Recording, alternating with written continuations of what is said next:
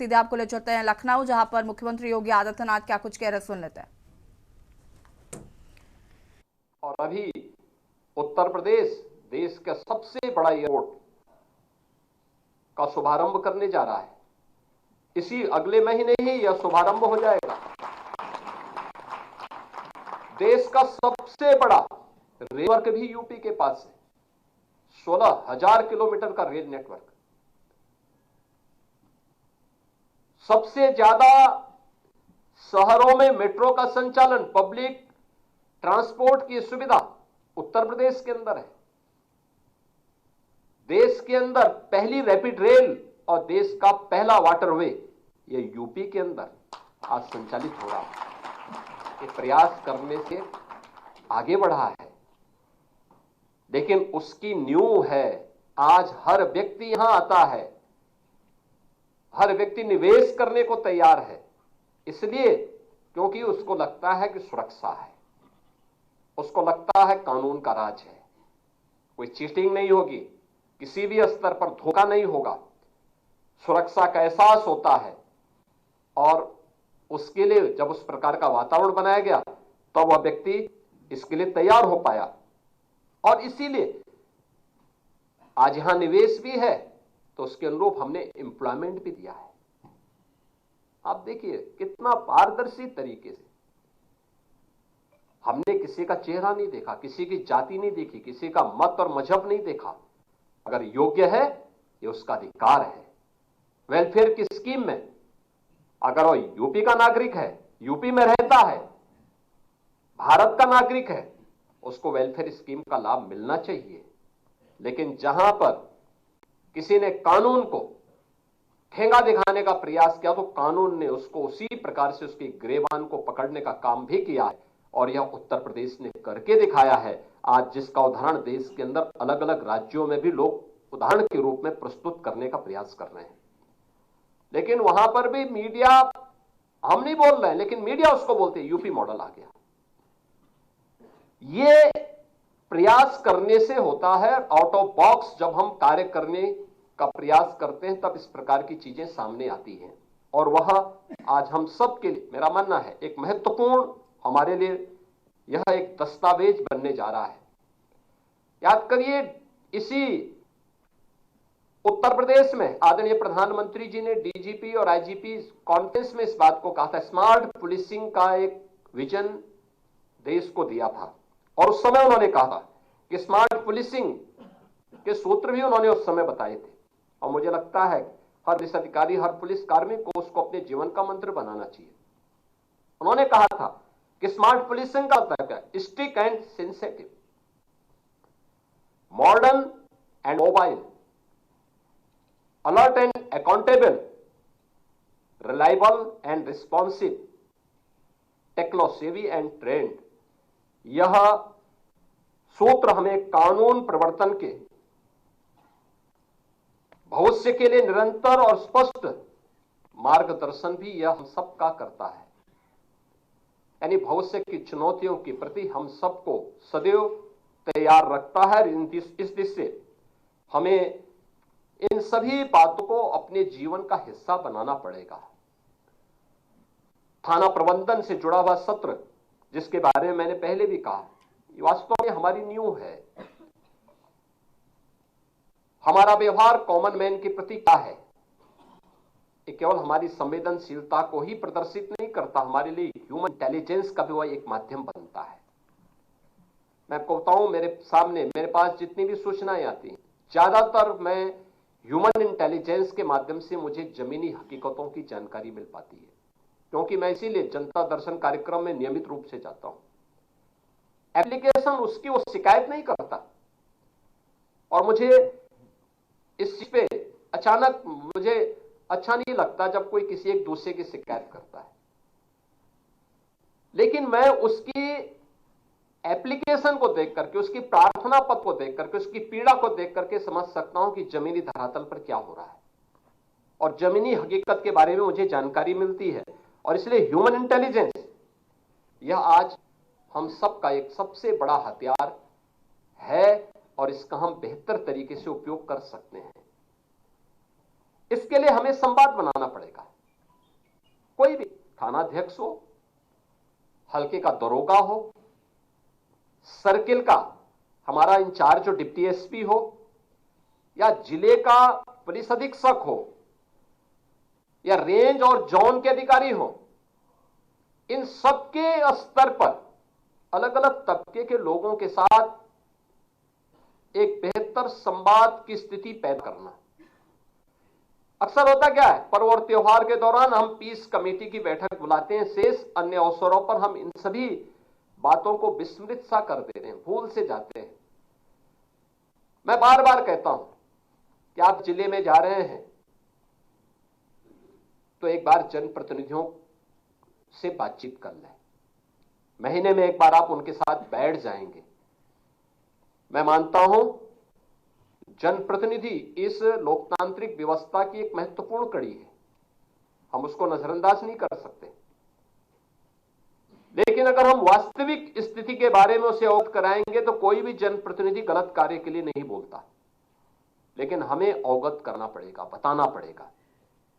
हम संवाद नहीं करेंगे, हम उनके साथ चर्चा नहीं करेंगे, सही तथ्यों से अवगत नहीं कराएंगे, तो स्वाभाविक रूप से उसके सामने जो पीड़ित आ रहा है वह पीड़ित ही अपनी बात को जब बोलता है तो लोग ये मानते हैं कि यही सच है।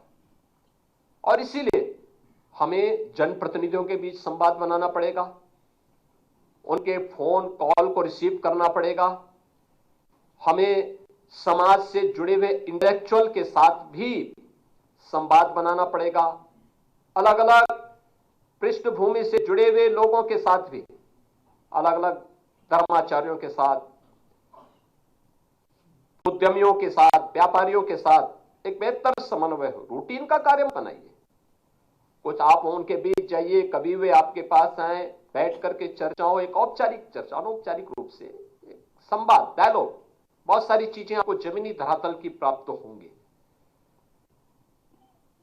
केवल मुख्यालय पे बैठ करके हम पुलिसिंग नहीं कर सकते। और इस देश से वो हवाई हेलीकॉप्टर लैंड हो गया नीचे जमीन में, और कोई भी आदमी मुझे लेने नहीं आया हुआ था, क्योंकि उनको पता था कि अब नहीं आ पाएंगे। तो इस तरह से कई बार हो जाता है। आज तो सामान्य बात है, आपने इतना धौल पहन रखा है, धौल, श्वेत धौल, नया।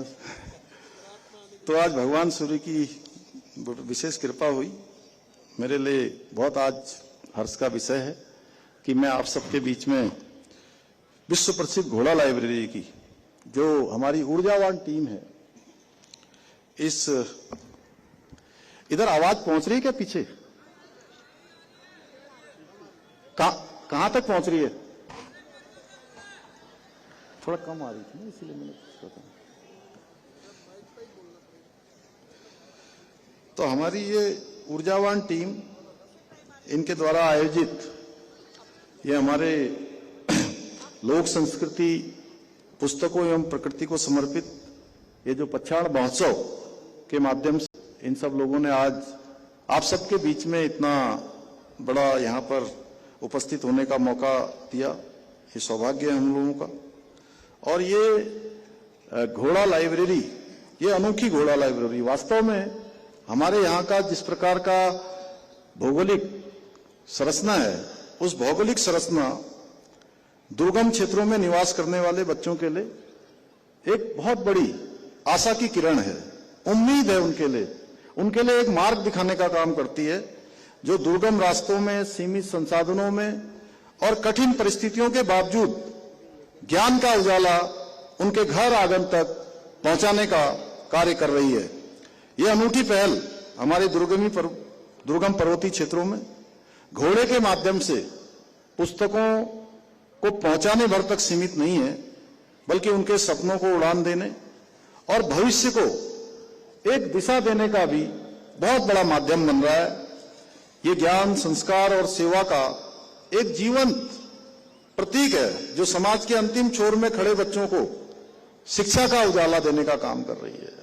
जहां उजाला नहीं पहुंच पा रहा है, वहां भी ज्ञान का प्रकाश पहुंचाने का काम इस घोड़ा लाइब्रेरी के माध्यम से हो रहा है। और यही कारण है कि आदरणीय प्रधानमंत्री श्री नरेंद्र मोदी जी ने अपने मन की बात के कार्यक्रम में घोड़ा लाइब्रेरी से जुड़े हुए हमारे ऊर्जावान युवाओं की इस अभिनव और प्रेरणादायी पहल की विशेष रूप से उन्होंने सराहना की थी। और आज भी आप सब सुन रहे होंगे, उन्होंने कहा कि बहुत सारे ऐसे प्रेरक प्रसंग हैं, ऐसे प्रेरक काम हैं जो लोग कर रहे हैं और अनवरत रूप से कई सालों से उसको आगे बढ़ा रहे हैं। मैं प्रधानमंत्री जी का धन्यवाद करता हूं, आप सबकी तरफ से, उत्तराखंड वासियों की तरफ से उनका बहुत आभार व्यक्त करता हूं कि उन्होंने हमारे उत्तराखंड से जुड़े हुए अनेक ऐसे इस प्रकार के प्रेरक प्रसंगों को, हमारे यहाँ के नवाचारों को, हमारे यहाँ की मातृशक्ति के द्वारा, युवाओं के द्वारा जो काम किए जा रहे हैं, उन सभी को किसी न किसी माध्यम से अपनी मन की बात के कार्यक्रम से माध्यम से देश और दुनिया को बताने का काम किया है, देश और दुनिया के सामने ले जाने का काम किया है। मुझे ये जानकर अत्यंत प्रसन्नता हो रही है कि घोड़ा लाइब्रेरी द्वारा पछाड़ महोत्सव के आयोजन से विद्यार्थियों को अपनी लोक संस्कृति, पुस्तकों और प्रकृति से जोड़ने का भी एक अद्वितीय प्रयास किया जा रहा है। मैं इस अवसर पर हमारे बच्चों में पुस्तक संस्कृति को विकसित करने वाले इस नवाचार के लिए प्रिय भाई अनुज शुभम मधानी जी तथा उनकी पूरी टीम को मैं बहुत बधाई देता हूं और हृदय से इनका साधुवाद करता हूं। भाइयों बहनों, आज के इस अवसर पर जहां हम एक तरफ घोड़ा लाइब्रेरी द्वारा आयोजित इस महोत्सव में एकत्र हुए हैं, वहीं आज नैनीताल जनपद के समग्र विकास के लिए 114 करोड़ रुपए से अधिक की योजनाओं का यहां पर लोकार्पण और शिलान्यास भी किया गया है। मुझे पूरा विश्वास है कि ये सभी परियोजनाएं इस क्षेत्र में आधारभूत सुविधाओं को और अधिक अच्छा बनाने में, उनको मजबूत बनाने में बहुत सहायक सिद्ध होंगी। भाइयों बहनों, आज आदरणीय प्रधानमंत्री श्री नरेंद्र मोदी जी के कुशल नेतृत्व में और उनके मार्गदर्शन में हमारा राज्य भी विकास के अनेक नए कीर्तिमान स्थापित कर रहा है। विकास के हों, समृद्धि के हों, नवाचारों के हों, अनेक निर्णय लेने हों, जहां एक ओर आज हम शहरों से लेकर सुदूरवर्ती पर्वतीय क्षेत्रों तक सड़क, शिक्षा, स्वास्थ्य, पेयजल सहित सभी महत्वपूर्ण क्षेत्रों में इंफ्रास्ट्रक्चर को मजबूत करने पर काम कर रहे हैं। वहीं हम राज्य की जो समृद्ध सांस्कृतिक विरासत है, उस विरासत के संरक्षण और संवर्धन की दिशा में भी काम कर रहे हैं। हमारी सरकार ने देवभूमि उत्तराखंड को विश्व की आध्यात्मिक राजधानी के रूप में स्थापित करने का संकल्प लिया है और हम प्रधानमंत्री जी की प्रेरणा से उस दिशा में आगे बढ़ रहे हैं। हम केदारखंड की भांति ही मानसखंड के पौराणिक मंदिरों के पुनरुत्थान एवं सौंदर्यीकरण के लिए भी संकल्पित होकर कार्य कर रहे हैं। इसी के अंतर्गत नैनीताल जनपद के अंतर्गत सिद्धपीठ नैना देवी मंदिर के साथ साथ कैंची धाम, तल्लीताल में हनुमानगढ़ी, मुक्तेश्वर धाम सहित क्षेत्र के विभिन्न पौराणिक मंदिरों का आज विकास किया जा रहा है। इसके साथ ही आज हम कोटाबाग के तोक भटकानी स्थित प्राचीन हनुमान मंदिर के जीर्णोद्धार और सौंदर्यीकरण के कार्यों का भी लोकार्पण कर रहे हैं। और आज अभी भगत जी हम लोगों को सौभाग्य देंगे, तो मैं और आदरणीय अजय भट्ट जी अभी हनुमान जी को ढोक भी लगा लेंगे यहां से जाते हुए। हाँ, भोग लगाएंगे। इसके साथ ही आज हमने जहां एक और कालाढूंगी क्षेत्र में कई मोटर मार्गों के नवनिर्माण एवं सुधारीकरण कार्यों का आज यहां पर शिलान्यास भी किया है। वहीं हल्द्वानी और कालाढूंगी क्षेत्र में बिजली की समस्या के स्थायी समाधान के लिए 78 करोड़ रुपए से अधिक की लागत से विद्युत लाइनों के सुदृढ़ीकरण एवं विस्तार से जुड़े कार्यों का शिलान्यास भी किया है, जिससे आम जनों को निर्बाध रूप से और गुणवत्तापूर्ण विद्युत आपूर्ति सुनिश्चित हो सकेगी। भाइयों बहनों, आदरणीय प्रधानमंत्री जी के मार्गदर्शन से